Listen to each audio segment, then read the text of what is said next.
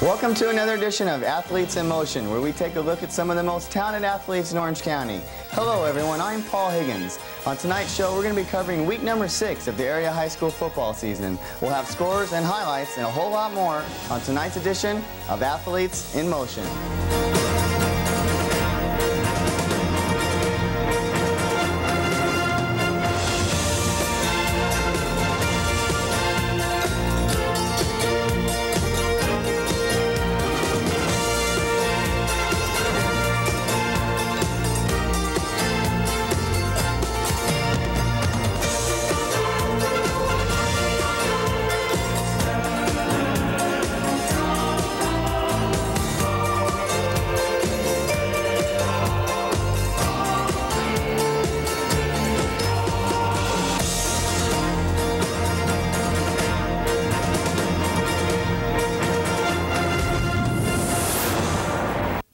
Again, welcome to this week's coverage of the area high school football season. Week number 6 started off Thursday night where league play got underway. In the Century League, Santa Ana put away Canyon early with a 27-13 win. Running back Robert Lee had an impressive outing with 156 yards. Other scores on Thursday night included Esperanza 13 and Cypress 13, Bolsa Grande 31, Pacifica 17, Brea Olinda 33 and Magnolia 0. Anaheim 24 and Savannah 0. Rounding off the scores for Thursday night, it was Edison 21 and Marina 0. Friday's football action began with some big matchups. The Capistrano Valley Cougars, the #1 team in the county, traveled to Irvine to play the Vaqueros. The Cougars were trying to get back on track after a sluggish game they had 1 week ago against Saddleback, and they did. Breaking away with a 31-23 win over the Vaqueros, they improved their record to 6-0. Other scores around the league included Western 24, Valencia 10, Los Alamitos 31, Loera 0, La Habra 13 and Sonora 6, El Dorado 13 and Catella 13, Huntington Beach 20, Westminster 3, Villa Park 27 and El Medina 18, Newport Harbor 27, Estancia 7, Tustin 14, Corona del Mar 13, Sunny Hills 36 and Fullerton 0, Troy 13 and Buena Park 7, Modern Day 41, Bishop Montgomery 0, Fountain Valley 21 and Ocean View 7, Laguna Beach 10 and Costa Mesa 7, Laguna Hills 26 and Orange 21. Rounding off the scores for Friday night, it was Saddleback 21 and University 10. As you might remember, last week we showed you Dana Hills surviving a wild finish to beat University. Well, Coach Don Douglas and his Snake quarterback Donnie McIntyre did it again on Friday. Let's take a look. The Big Beach School rival got underway when San Clemente's kicker Newkirk threw a 16-yard pass to Perone on a muff play for a touchdown. The extra point failed. The Dolphins came back with Hickman kicking a 27-yard field goal to make the score 6-3. Shortly afterward, the MVP a week earlier, Jason Burton, took off on a 38-yard touchdown play from McIntyre. The extra point was good. On the next set of downs for the Dolphins, McIntyre threw a perfect pass to Craig Lombardi for a 65-yard touchdown, making the score 17-6.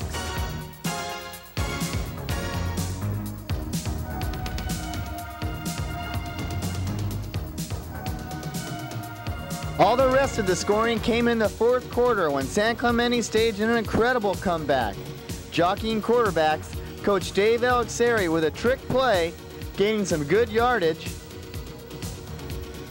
and a 2-yard touchdown run with a 2-point conversion. We're getting right back in the game, with the score being 17-14, the Dolphins.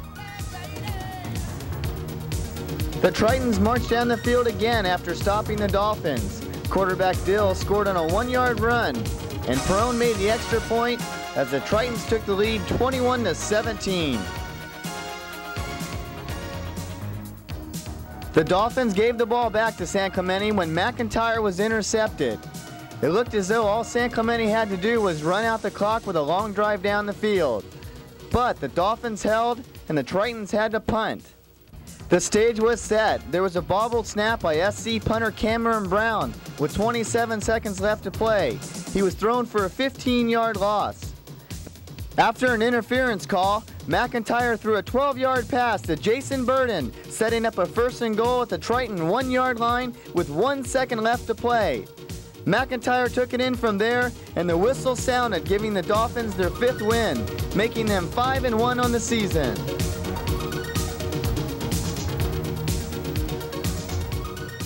The Dolphins are definitely showing their home fans some exciting football. Football like they've never seen it before. Another team playing exciting football is the Diablos of Mission Viejo. The Diablos, ranked 8th, were at home playing the 4th-ranked El Toro Chargers, still without their star quarterback, Brett Johnson. Let's check it out. One perfectly thrown pass by Mission Viejo's quarterback, Troy Kopp, was all the difference in the Diablos' 9-7 win over El Toro. Mission Viejo took the lead in the 2nd quarter on a 34-yard field goal by Eric Ekdahl. El Toro then took the lead in the 4th quarter when David Nemeth scored on a 2-yard run. The Chargers went up 7-3. With less than 5 minutes left, Troy Kopp took a 2-step drop, lofted a pass in the right corner of the end zone, where Steve Miller held out his arms, catching the ball for the winning score.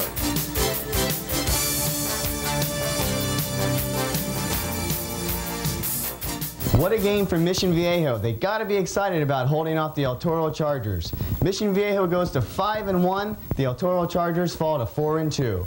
And speaking of records, both the Trabuco Hills Mustangs and the Woodbridge Warriors were 5-0 coming into Saturday's afternoon matchup at Mission Viejo's District Stadium. Let's take a look. The Warriors scored their only touchdown they would need in the 1st quarter when quarterback Fred Sherrar threw a 7-yard pass to tight end P.A. Emerson. Just before halftime, Jimmy Burke scored on a 1-yard run to take the lead 13-0. In the second half, things didn't get any better for the Mustangs as the Warriors went on to win it 23-0, improving their record to 6-0.